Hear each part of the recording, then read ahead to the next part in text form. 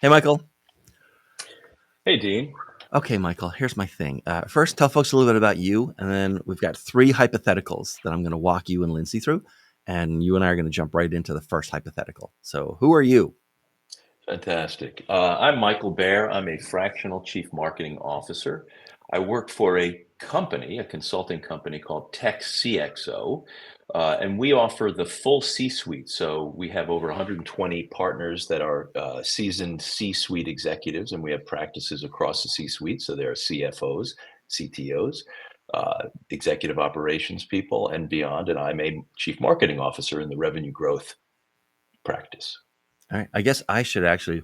This is kind of like a reverse disclosure. Uh, while I while I do have as clients companies like Chief Outsiders and Sales Acceleration and Mhm. Wolfedge Integrators, like Tech CXO is not one of my clients. Just so we're clear. So we do not have an existing relationship that way. When the other people have come on, I've had to say it, so I figured I would say the reverse this time. Mm. Okay, so Gotcha. here's hypothetical number one. I Okay. imagine a lot of your work, like all of our work these days, tends to be remote. But this Yes. client, this is the first day on a Monday of a brand new client. This client's only 5 minutes from your home. So you're actually going to walk into the premises on day one. Okay. So you walk in, brand new engagement, brand new client. There's been some, lead up to the sale, but you haven't worked with these folks or anything before, right? And now, of course, the relationship's different because now you're getting paid and it's a vendor. They're not just a prospect. So you walk in as fractional CMO. What's sort of the dream scenario to walk into on day one, and what's the nightmare scenario to walk into Mhm. on day one? Well, the dream scenario is less a dream because I do feel like there had to be some work in advance to Right. prepare for it. And so the dream scenario has a series of meetings where I can meet as many people that are relevant, but Mm-hmm. within the company that makes sense, who are in that day. So uh, series of meetings, some work sessions, hopefully even a lunch where there's get to know you kind of thing. And there's a plan for the day. Like I said, you have to work in advance to get it dream, live the dream. The nightmare is no one's in. Yeah, the nightmare is no one's there, um, and you're trying to figure out what to do. And people are too busy to meet with you. And Mm-hmm. you're sitting there looking at your computer doing work you could be doing at home.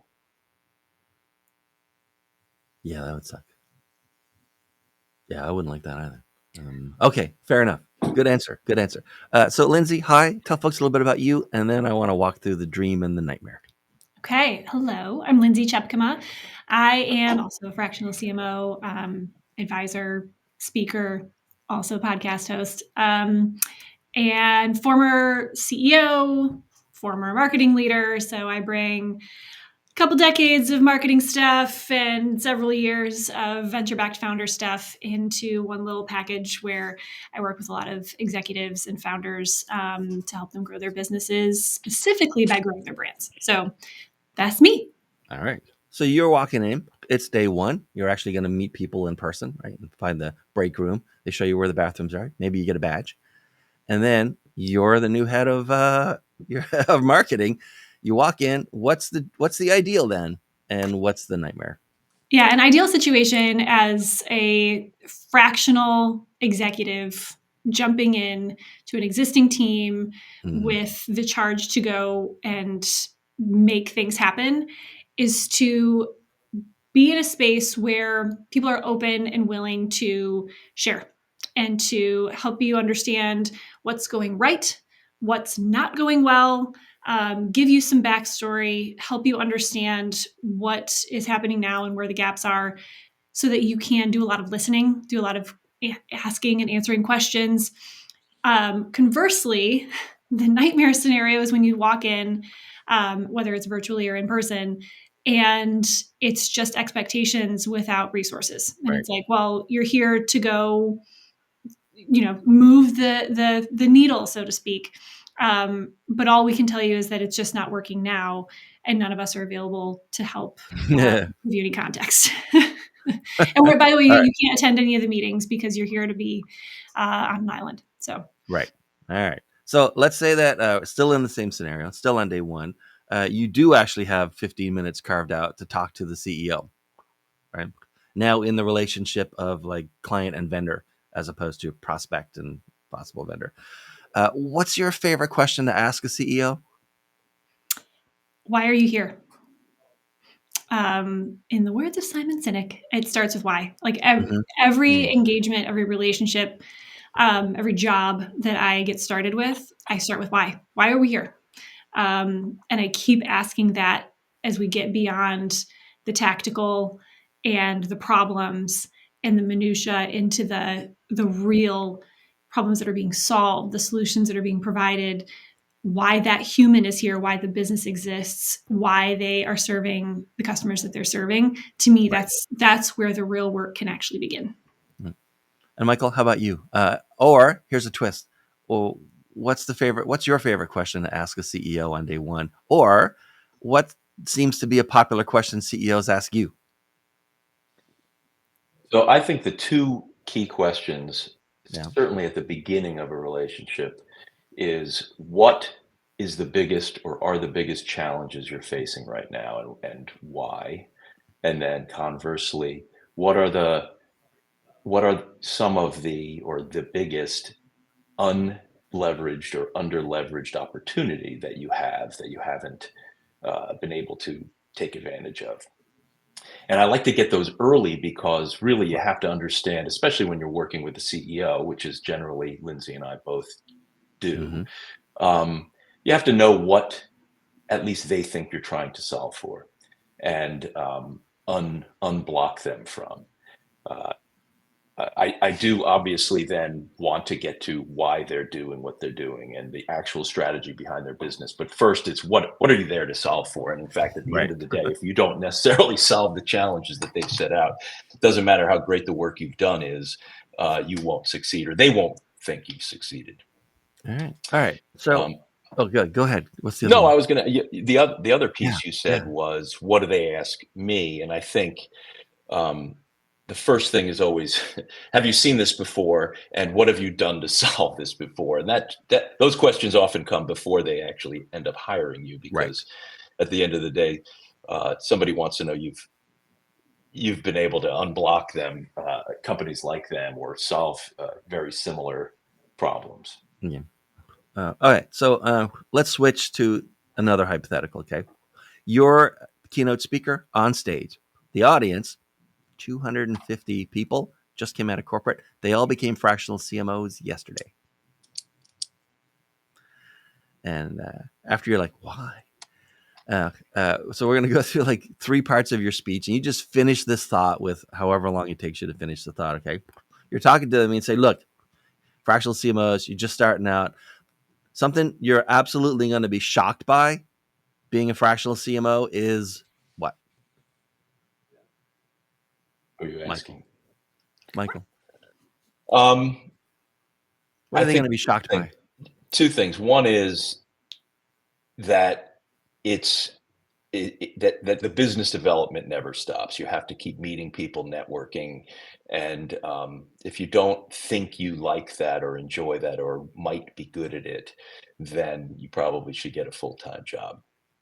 Yeah. And then the second thing I think is how surprisingly similar companies you parachute into are. They all think that they're totally unique and everything, nothing is like this. This business is different. This industry is different. My client or customer is different. But there's so many similarities that you will be able to leverage your horizontal experience in ways that will help you solve for them, and they will be pleased because of it. And Lindsay, how about you? Like you're talking to these folks, you're the expert. You know, they're fresh baked. This is only day 2 for them, right? What are they going to be shocked by about being a fractional CMO? I think one thing that surprises a lot of fractional CMOs is one, that the selling never stops. It's constantly prospecting on top of serving your clients. But I think even more than that, something that I actually really love, but I think surprises a lot of people, is that it's like one part therapy and one part like actual, strategy and execution and CMO work. I work with a lot of founders. I work with a lot of CEOs, and being somebody who is so ingrained in the business, but also is outside the business. I love that I get to be a safe place for a lot of my clients where they can really open up to me about their challenges, the issues that they're facing, the pressure that they are feeling as humans. And so it's for sure fractional CMO work, but it's also, there's like a pretty hefty portion of therapy and camaraderie and being a confidant as well. I think that is this is episode 178. I think that's the first time anyone's given that answer. Maybe it's just me. I don't know. Maybe it's just you. Okay. So Lindsay, you're still on stage. You're about halfway through. And finish this thought for me and the audience. And what you'll find is many clients just don't understand what. Oh, goodness. One thing that I think a lot of clients don't understand is that your time is finite. And if you're doing a good job and your relationship is strong, it should feel like you're a seamless part of the team. And quite often they won't really notice that you're not full-time. But you likely also have 1, 2, 3, 4 other clients.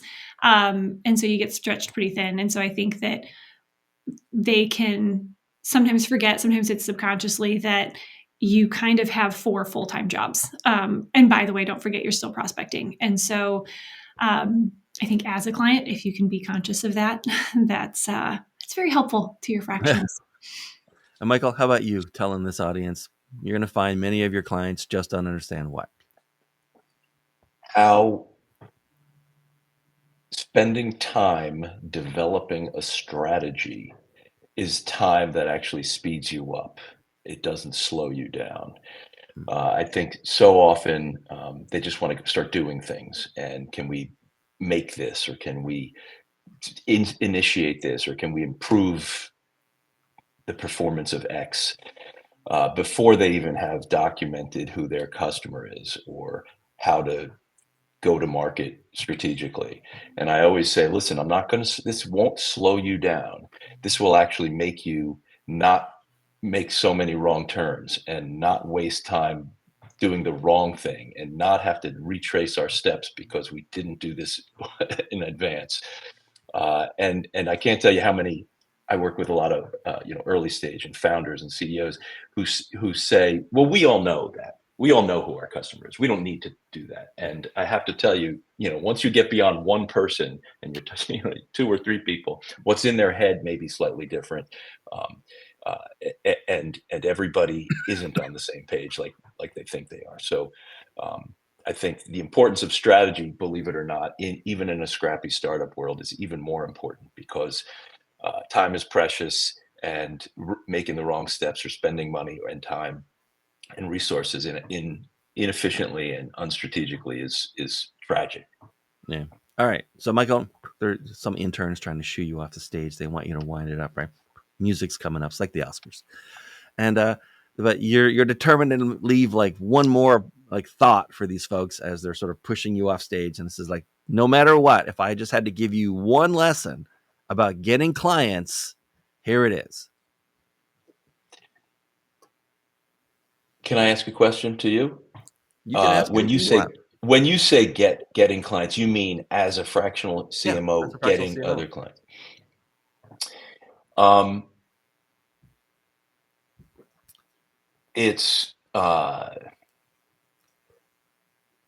It's consistent. Consistency is important. Being out there, meeting people, following up, and being present, I think is hugely important. The work of business development, just like it does on, for your clients, it never does stop. So be persistent and stay in touch with people even after you've gotten no's or lost gigs or somebody said we're not ready. Just stay in touch and things come back, and just be persistent and consistent. You. We're going to leave these brand new fractional CMOs with one lesson that they should never forget about getting clients. What is it? Relationships. 100% relationships. People do business with people, and trust there, especially when it comes to fractional C-level partnerships. It's a big decision. It's an important relationship. It is absolutely an imperative partnership that is built on trust and belief that you, as their fractional person, can do what they need you to do. And that comes with trust and building relationships long term. And so you've got to invest in your brand, real and perceived relationships, how you show up, what you share, how you're nurturing long term friendships and your network. That's where it all comes from. That's where your business absolutely will come from. Not from any one magical thing that you post or form that you create or one event that you attend. It's your network long term and how you are investing in it as a real human being and adding value to it constantly. All right. So third scenario. All right. You get down off stage. This was part of a big conference. So you go out onto the floor where all the booths are and potential customers and so on. And, you're just striking up conversations. People recognize you. You're a speaker. And so you're talking to these prospective clients. And, marketing is one of those topics where almost everyone thinks they understand a lot about it. I mean, that might not be your experience, but in my experience, it's a lot about it. So you're talking to these prospective clients. As you're talking to prospective clients, and they're talking to you about marketing and their situation and so on, what thing do people seem to overrate these days? You're talking to companies, and the companies, oh, we should try this, or I've heard about that tool, or this concept, or this, whatever. Lindsay, what's sort of like overrated in clients or prospective clients' minds these days, and what's underrated, like criminally underrated? Ooh, what's overrated? Tech. And this is as a former tech founder and CEO. No, and playbooks, tech and playbooks. They're great, but they are tools. No playbook, no tech, no AI prompt will ever get you the breakthrough that you're chasing after. They are tools that can help you get there. But if you go and you look at the most legendary businesses that have achieved their breakthrough, they didn't do it by being really, really good at implementing a tech stack or at following someone else's playbook. They did it by thinking differently and by being brave enough to forge their own path. So I think silver bullets of tech and playbooks are overrated. Underrated, brand. There's so much conversation happening right now about go-to-market and marketing and revenue and brand versus demand. Your brand is your story. It is the foundation of literally everything. It's your why, it's your who you serve, it's your why you serve them. It's the whole reason for being. It's how you show up. It's where trust begins. So the fact that so many executives and founders and leaders and investors put brand on the back burner as like arts and crafts is a huge miss. Again, if you look at the brands and the businesses that have reached ultimate legendary breakthrough status, look at their brands. Yep. Look at how you trust them. That didn't just happen. It was very intentional. And I think it's a mistake that a lot of people unfortunately make by overlooking it. And Michael, how about you when you're talking to clients and prospective clients? What do they overrate these days, and what's still underrated or forgotten? You're going to want to throw tomatoes at me, but I will say AI is by far the most overrated tool. Now, I'm not a Luddite. I'm not breaking the machines. I am a user. I use AI in a variety of ways every single day, many times. But I think that what marketers are getting wrong is that AI is the answer. It's the shortcut. We can make more. We can do, create content. We can create emails. We can respond to people. And I think what we're seeing is just the beginning of a tidal wave of over-saturated content, lower engaging. I mean, we already know how low engagement is on social media, on emails, on response times. And now we've just made it easier to create unengaging, uninteresting, and not insight-based content. So I'm concerned that people think we're going to get to the promised land with shortcuts. And I think we all know you got to do the work. You've got to be, whatever you're developing needs to be built around insight, needs to be authentic. I mean, I was having a conversation with somebody just today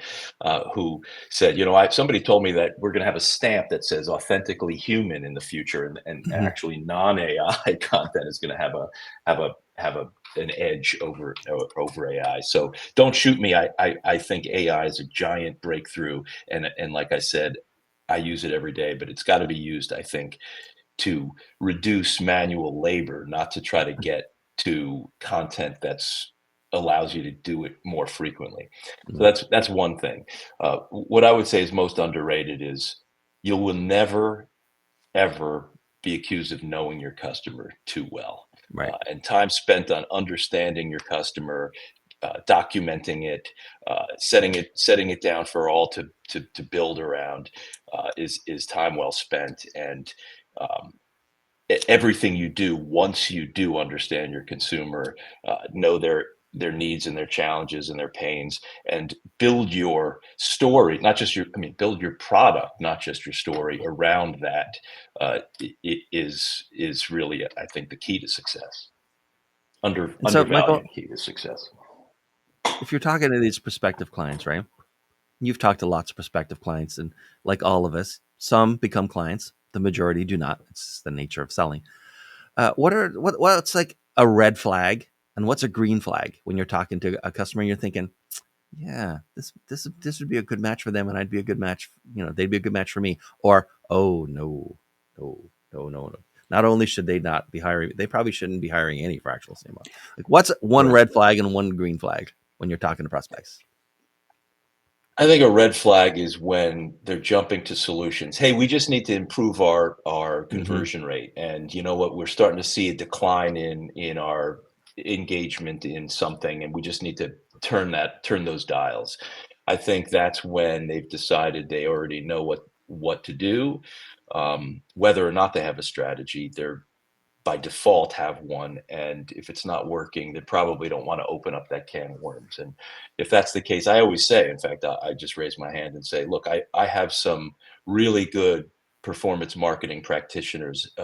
You'll save time, you'll save money, just go with, just do that. But if you don't really want to open up sort of the strategic inquiry and start to dig into, maybe it's not working because you don't have a strategy, or maybe it's not working because you already got the bottom of the funnel, and you're not refilling it with a bigger, higher order message. No, I get it. So those Some are of us make a very good living improving conversion rates, but I am not a fractional CMO, so I don't have to worry about that. Absolutely. No, there's nothing wrong with that. In fact, that's critical. What's a green flag then? A green flag is somebody who starts to really engage with questions about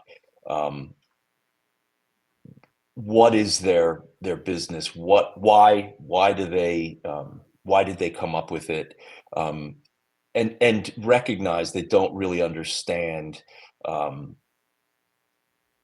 to go to market. They want to engage in those kinds of conversations, and that's really great, because I think most companies don't really have clarity, and by jumping to tactics, you're not going to get there. But if you're open to this, digging in, then I'm all in.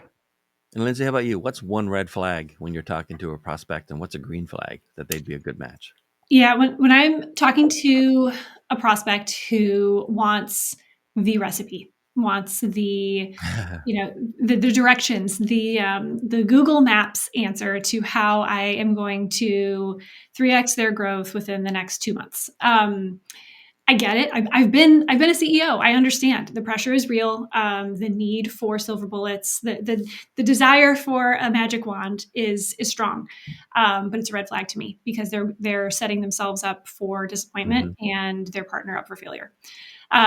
Green flag, conversely, is someone who wants to partner and If they're bringing in a fractional CMO, they see you as an augmentation of their team, as an actual thought partner and strategic thinker, and somebody who can expand their way of thinking, introduce new expertise and new ideas, and align with them on goals and how to get there, knowing that it's going to be different than what they're already thinking, thus the reason that you're there. All right. So one of the things about the podcast is everyone picks their own time slot, right? It's always a Thursday when we record. Today's Thursday. But everyone picks their own recording session, which means the guests are not curated. We don't match people up. It's completely random. So I'm going to give you the beginning of a question, and you guys finish it by asking the other guest. And we'll start with you, Lindsay, asking Michael. But imagine that we're in a building full of fractional CMOs. You're on the elevator. Someone else, Michael just got on. You don't know anything about Michael. He doesn't know anything about you other than, obviously, in this building, you're both fractional CMOs. So you say, hey, we don't know each other, but while I've got you here, let me ask you this. What would you say? All right. While I've got you here, Michael, let me ask you this. There's a huge debate happening, at least in my echo chamber of LinkedIn, around the value that brand has in businesses today and where that value lies, how important it is, and the future of brand and the role that it should play. What's your opinion?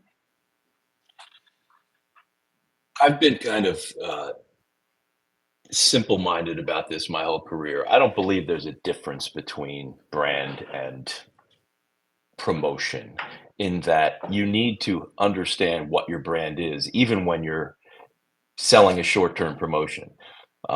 So I'm a big believer in brand, but I think it gives it short shrift to call it that, because I think it gives people who don't believe that brand is important the ability to say that's just wasted time, and if you're not selling with that message, you're not building your business. I just think you have to understand what your brand is, so you have to do that work. What's your position? What's your story? Why do you exist? Even if when you're in the market you're selling a direct to consumer performance ad, I think they all go together. But I do agree that companies that only do performance marketing and haven't really spent any time understanding what their brand is probably are not building for the long term. And Michael, with Lindsay, while I've got you here, let me ask you this. While I've got you here, let me ask you this, Lindsay. Why do you think fractional has become the term of the moment, and that everybody seems to want to be a fractional XO? Goodness. Okay. Well, as a former CEO, I loved that fractionals were becoming a thing, because there was a moment in time that most of my executive team was fractional. It allowed us to tap into the expertise, to an expertise that frankly we never would have been able to afford otherwise. Why do I think that it's the hot thing and everybody wants to be fractional? One, a lot is changing in our space. I think there's a lot of incredible talent on the bench, so to speak.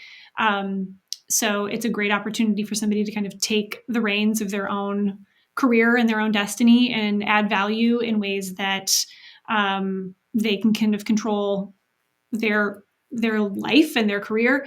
But I also think that it's a little bit of shiny object. I think that there are people who are at any place in their career and say, oh, I can just be fractional and I can make more money doing less work, which is, as we both know, Michael, this is not the case. It's a lot of work, but so I think it's a little bit of both. I think that it's a lot of people are curious. I think that it seems like a grass is greener situation. There are a lot of really, really incredible, talented people, and I think there's a lot of other people that are kind of kicking the tires, hoping it's going to be something that it may or may not end up being for them. Hold on, I'm going to make a note. Lindsay expects a shakeout. Got it. A little bit. Yeah, fair. Okay, so Lindsay, thanks for both of you for being here. This has been fantastic. Time to wind down. Who should be contacting you these days, and what's the best way to get to you? I work with B2B brands, all the way from founders of startups on to marketing leaders at enterprise. I'm less about the stage, more about the problem. And it's if your brand isn't driving results for you, isn't actually working for your business to help it grow in the way that you want it to, you should reach out to me. And I'm most active on LinkedIn. If you can figure out how to spell my name, you can find me there. That's where I'm at. And Michael, how about you? Who should be reaching out to you these days and how? I am also work a lot with early stage startups, founders, generally companies that have gotten somewhere, perhaps had some sales, have a product in the market, but have found that what got them where they are today is not likely going to get them to where they need to be 10x today. And so want to bring professionalization to their go-to-market, begin to drive more repeatable activities, create more systemic growth than kind of one-offs. So it tends to be early stage companies, startups, sort of post-seed, but it could be companies that have grown through their network for years, but have seen that start to kind of slow down and understand they need a more consistent cadence of business development and growth, or even private equity backed companies that are now looking to really recharge and stimulate growth. You can reach me. You can reach me at my email, which is on the screen, but also I'm on LinkedIn a lot. I do a lot of writing. I write for Media Post, as well as, of course, connect in real life at networking sessions. I'm also a B2B, generally B2B, as well as I'm focused on healthcare and health tech and digital health sector. All right. Well, guys, both of you, thank you so much for being here. This has been fantastic. Happy Thursday. Happy episode 178. And thanks for watching. See you next time. Bye. Thanks, Dean. Bye.